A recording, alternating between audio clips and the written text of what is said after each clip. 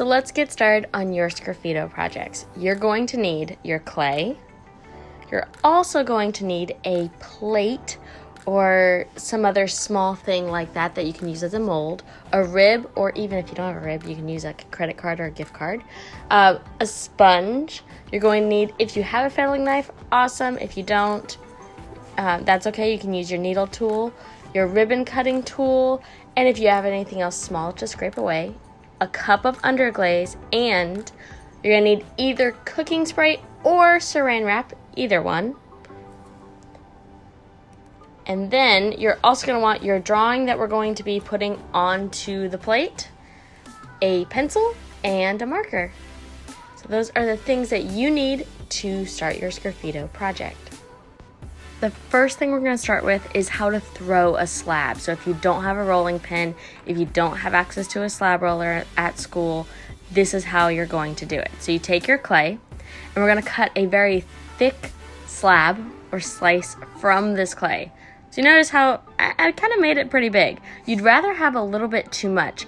If you end up not having enough, you're probably going to have to restart, re-wedge, restart. All right, so I have this big slab of clay, and I want to kind of even it out a little bit, so let out your frustrations. It's okay to get angry at it. Hit it so it's a little bit flatter. And then you see here I'm grabbing the back side and flipping it and pulling it towards me each time. I'm not just slamming it down. If I see any areas that are kind of bumped up, kind of hitting those a little bit. And I'm going to continue that process. I'm going to notice it started getting long, so I change the directions. I want it to be bigger than the plate and about a 1/4 inch thick. That's my goal. So I'm going to keep doing this. You notice how it's getting bigger? And I double check my sizing. So it's going to work okay. And then making sure that each side is even. Then I'm going to take the side that's a little rougher and use my rib tool, or if you have a gift card and you want to use something like that, it works really well. And smooth that out.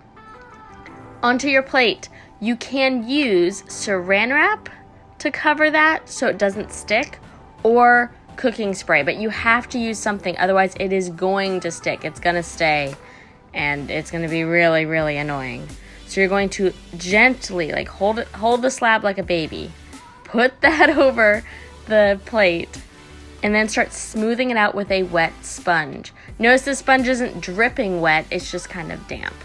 And slowly the clay is going to start pushing into those areas. If you notice that there's some air, be very careful to pull those out. Then I want to trim the outside edge. So there's a couple different ways of doing that. I could lift it up, hold it like pizza, and cut off those edges. If you notice that those edges are really heavy and hard to work with, something I noticed with this, you can set it down on the table and cut off general extra here and then lift it up, or what you can do is just trim it while it's sitting on the table. So I kind of went back and forth depending on what angle was best for me. Now, this is super, super important. The tool must be perfectly straight up and down so we have a good edge. If you angle the tool at all, it is going to have a really sharp edge and basically be deadly at the end of this.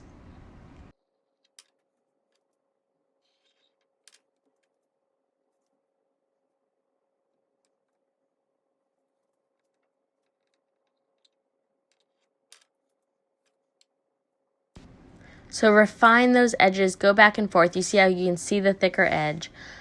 I'm taking a sponge and softening them out, because once they're fired, they're going to be really sharp unless you do that. And you don't want a deadly plate. So softening those edges, put all the extra back in the bag, wrap that up, and then you're going to let it sit for a little while until it's not quite as wet. Then you get to paint your underglaze. So we're just going to put a flat layer on there. This is underglaze. This is a non-glossy glaze. Once it's fired, it will stick on there. So then your drawing. You will have it in pencil, everything laid out just the way you want it. We're letting the plate dry out just a little bit with this. And once you're happy with the pencil design, you're going to want to trace everything in a washable marker if you have one. You don't have to do this step, but I would highly recommend it, and you'll see why. So while the first layer is drying of underglaze, I was doing that. Now I'm going back with a second layer. Now third layer. You see how eventually as it dries, it doesn't get as glossy. Your goal is to cover everything very evenly, maybe go in different directions. And then once you've done 2 or 3 layers and it's done, then you're going to let it sit out until it gets almost, you don't want it to go leather hard yet, but just set up a little bit where you would be able to pick it up if you need to. So that's what you need to do to start your pieces. I'll have another video tomorrow to give you more details on the next couple steps. Don't forget to wrap these pieces when you are done so they are nice and that they don't dry out completely. Because if they do, you're going to have to restart.